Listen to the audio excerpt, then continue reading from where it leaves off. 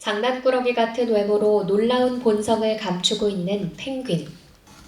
이 거침없는 새들이 새끼를 키우려면 엄청난 난관을 극복해야 한다. 이 험난한 환경에서 번식지를 찾아 먼 길을 떠나는 펭귄들의 모습을 들여다본다.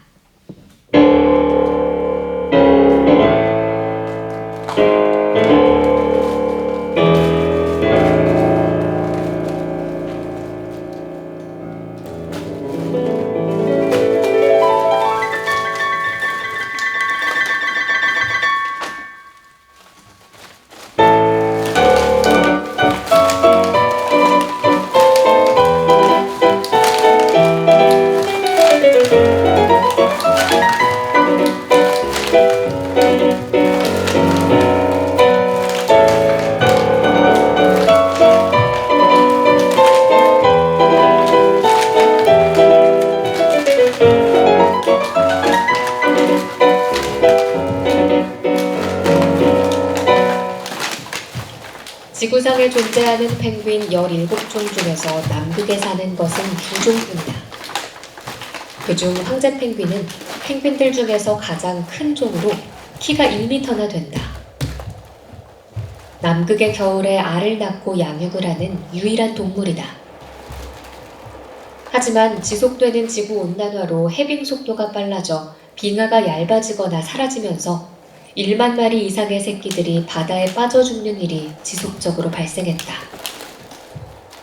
차가운 바닷물에 알이 빠지면 배아가 얼어버리고 갓 태어난 새끼들은 수영을 할 줄 모르기 때문이다. 이에 펭귄들은 태어났을 때부터 양 날개와 다리를 짚어 무게를 분산시키는 네발 걸음을 배운다. 몸을 최대한 바닥에 밀착시키면서 가면 무게 분산뿐 아니라 빙하가 무너질 때 서 있을 때보다 진동을 빠르게 느끼고 대처할 수 있다.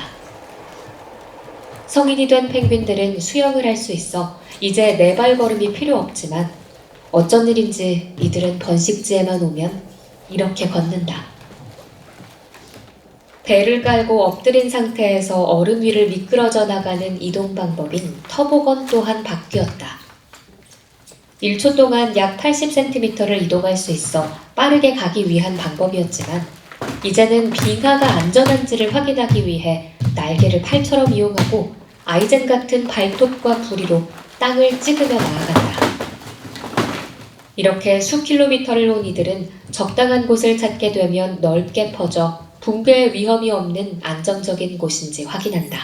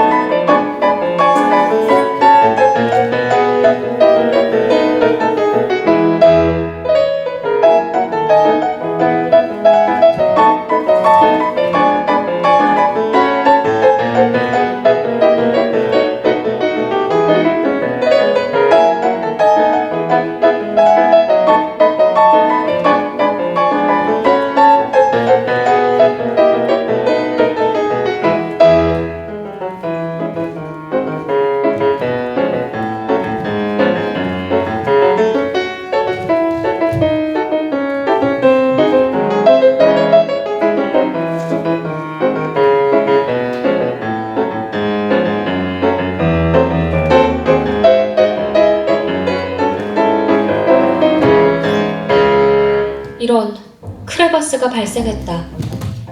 아쉽게도 처음 찾은 장소가 크레바스로 무너지면서 펭귄들은 새끼를 위해 만들어온 플라스틱 튜브를 먼저 챙긴다.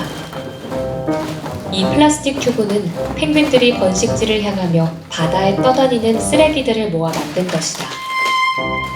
이 위에 알을 낳으면 빙하가 무너졌을 때 알이나 새끼가 바로 물에 닿지 않아 조금이라도 생존 확률을 높일 수 있기에 플라스틱 튜브는 황제 펭귄들의 번식에 중요한 역할을 하고 있다. 이들은 새끼를 안전하게 키울 수 있는 장소를 찾아 다시 떠난다.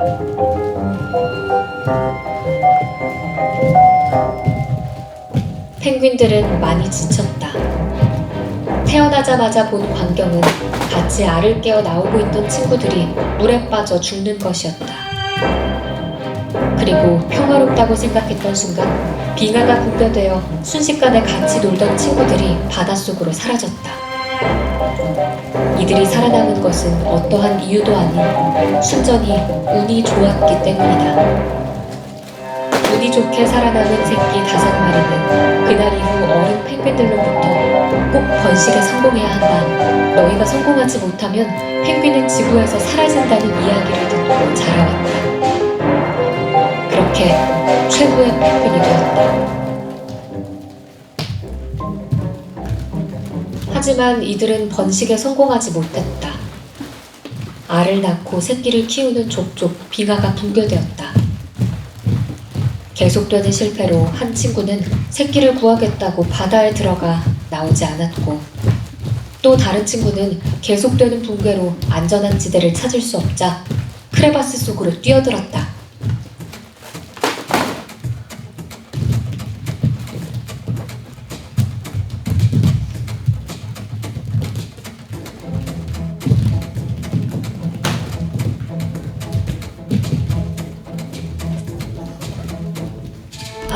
이들은 지금 화풀이를 하는 것이 아니다. 그저 단단한 빙하를 찾기 위해 발을 3개 구르며 확인하는 것뿐이다. 물론 왜 하필 이런 세상에 태어나서 다 그만두고 싶다라는 생각을 했던 적도 있지만 이제는 왜라는 물음 없이 할 수 있는 것만 하기로 했다.